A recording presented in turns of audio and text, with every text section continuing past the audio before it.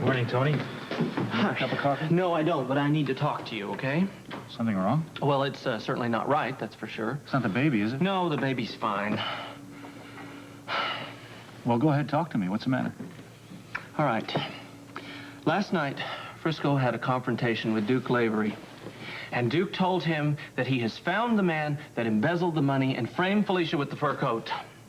Well, that's great. It means Felicia's in the clear. But why didn't he tell us sooner? Jake, he must have suspected somebody else, or he wouldn't have launched an investigation on his own.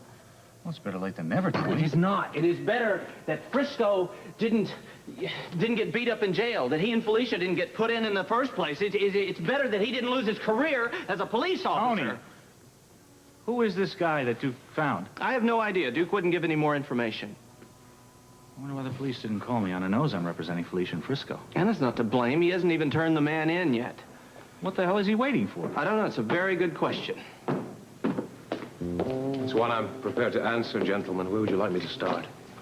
All right. Is it true you found the guy that stole your money? Yes. His name is Marco Dean. He was an employee of mine down at the club. I'd like to talk to him. I'd like to strangle him. Well, he's in my office now. As a matter of fact, Jake, he would like to have a word with you. He needs some legal advice before he turns himself in. Let's go. I'm going too. I don't think that's necessary, Tony. Listen, Frisco is my brother.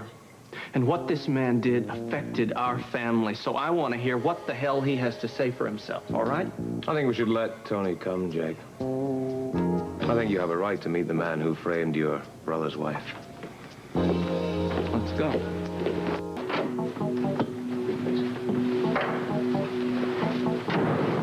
Well, what happened? I thought this guy's supposed to be here for questions. Something must have gone wrong, Hayes. Would you know anything of this? No, I thought Marco would be here by now. Now, wait a minute. You expected a man to voluntarily turn himself in for a crime that's going to send him to prison? I'll get it. Ah, gentlemen, Marco Dean. Tony! What you Tony! Come on, knock it off!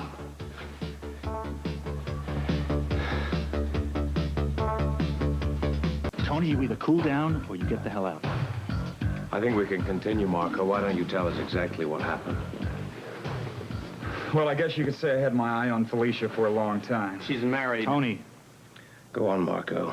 Her husband's got nothing to worry about. The lady wasn't interested. She had nothing but contempt for me. I got angry. That's when I decided I'd get even with her. And that's why you did all this, because Tony, she wasn't let the interested man in talk. you. This man's sick. Marco, why don't you finish your story? I stole a fur coat out of the storage room and had it delivered to Felicia in Frisco's apartment.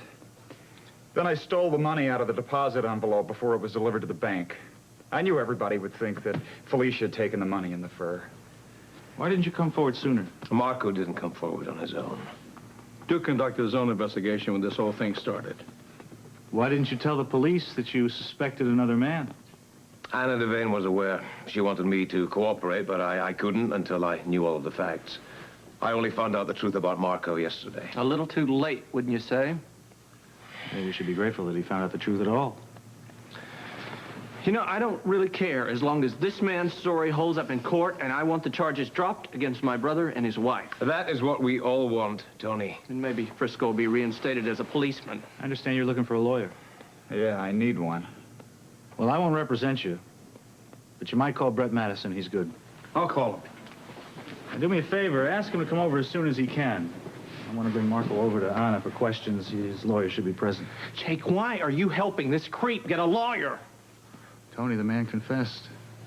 He's entitled to the same rights as anyone else. Well, I hope Brett has the time to handle this case. Yeah, especially with the Donnelly hearing coming up. He's representing the Quartermain family. Yes, good. No problem at all. Well, no, it's probably I know how difficult this is for you, Marco, but please remember there will be another $50,000 waiting for you when you come out of prison. By that time, I'll be too old to enjoy it. All right, Captain. I'll be leaving here in just a few minutes with Mr. Dean. Please have a stenographer standing by. Yes, thank you very much. Well, Marco, there's no turning back now. You going to be with me when I give my statement to the police? The whole time? You're not getting cold feet, are you? No, of course not. Good. Let's get this over with, shall we? Brett, if you don't mind, perhaps I should come down to the station with you. Oh, no, there's no reason for that. Just in case you change your mind, Marco. Oh, he wouldn't do that, would you, Marco? No, not with you breathing down my neck, Duke. Just you remember one thing. I can either be tough or lenient when I press charges against you. Yeah, I get your message. And the only important thing is that Felicia is cleared of all false charges. No, I'm sure we can clean up this whole mess if Marco's just willing to tell his story. I'll be straight. You've got my word on it. Well, good. No one knows more than you how much you have to lose otherwise. Yeah. Well, gentlemen, shall we? Captain Lewis is waiting. With a nice, warm, comfortable cell, I'm sure. What is it they say about crime, Marco? Crime doesn't pay. Not enough, anyway. Yeah.